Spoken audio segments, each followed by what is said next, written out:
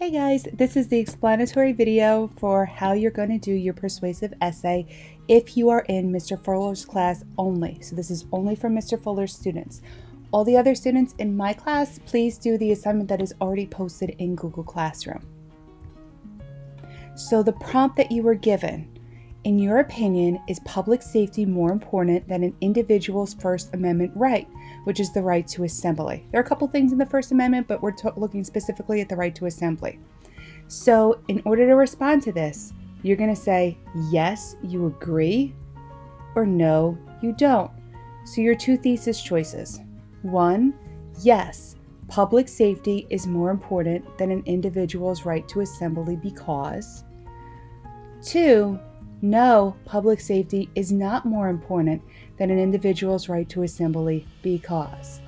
Don't panic, I'm going to explain this more as we go on. So the First Amendment to the U.S. Constitution, real quick.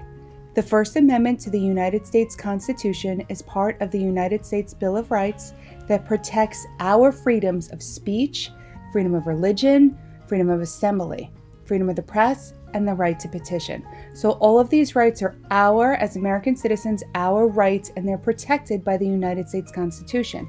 We've talked about this a little bit in my class as we've been reading The Hunger Games and Catching Fire, because the citizens in Panem really don't have any rights and they're kind of confined and they're all separated by barbed wire and stuff like that. So the right that we're going to be talking about in this persuasive essay, the freedom of assembly, is protected by the First Amendment of the United States Constitution. A thesis is what your entire paper is going to be about. It's located in the introductory paragraph and broken down into 3 parts. So your thesis, they're your statements that you will prove in the body of your paper in 3 separate paragraphs.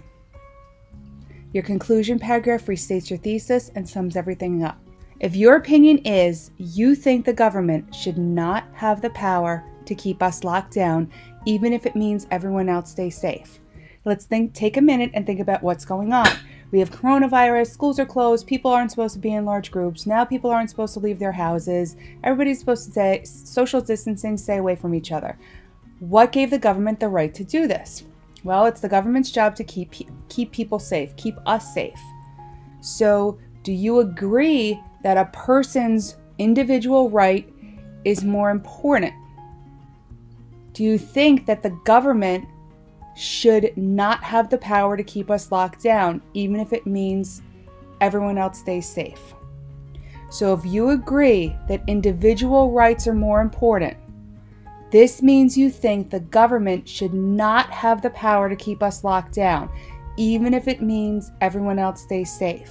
Then your thesis becomes, yes, an individual's right to assembly is more important than public safety because people should be allowed to come together when they want to. That's point A. People should be able to agree or disagree with what the government says. That's point B. And people should be able to make decisions that determine how safe they are. That's point C. If you do not agree that individual rights are more important, this means you think that the government should have the power to keep us locked down because they want to keep everybody safe. So if you think the government is doing the right thing by telling everybody to stay home and closing the schools, that means this would be your thesis. This would be your opinion. And your thesis would become, no, an individual's right to assemble is not more important than public safety because if something bad is happening, the government could use police powers to stop people from gathering in groups altogether. That's point A. Can limit how many people gather. That's point B. And can limit when and where people gather. That's point C. So again, if you think that the good of the whole is more important than the rights of one person to assemble, then this would be your opinion and your subsequent thesis. So your introductory paragraph. So now you have your thesis. You're either going to pick that you agree or you disagree. And the thesis and opinions are there. You just have to figure out the one that you believe in. So after you pick your thesis, this is your introductory paragraph. We've been doing this for 2 years, guys. You should know this. This is review. Your topic sentence should be attention grabbing and hook the reader. Remember, the reader make them want to read it, make it interesting. Then you're going to have supporting details that align with the topic, and then your thesis. The thesis is there. All you have to do is put it here. Thesis reason, points A, B, and C. So your point A. So then you look at your thesis at your first point, which would be point A, and you say, okay, you take point A and it becomes a paragraph. So you have your point A, your details, and your conclusion. You have your point B, your details, and your conclusion. You have your point C, your supporting details, and your conclusion. And then you have your conclusion paragraph. So your intro paragraph, your body paragraph 1 is point A, your body paragraph 2 is point B, your body paragraph third one is point C, and then you have your conclusion. In your conclusion, you restate your thesis, you add supporting details or counter opinion since it's a persuasive essay, and then you have your concluding sentence. So it is a total of 5 paragraphs. And you also need to make sure that you include in here, and I have other graphic organizers, so don't freak out, don't panic. You need to include that the preamble to the U.S. Constitution cites that the promotion of the general welfare as a primary reason was the primary reason for the creation of the U.S. Constitution. What does that mean? I feel like Forky. Well, what does that mean? That means that the Constitution was created to keep people safe, for the general welfare. The second bullet point says the General Welfare Clause of the U.S. Constitution gives the government the power to enact laws to promote the general welfare of the people.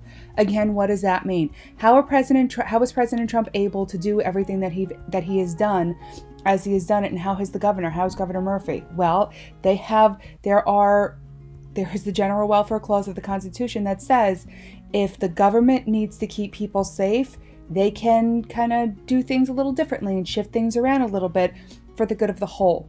And they have the power to do that in, specific laws, which you will find in the research part of this assignment. I can't give you everything, guys.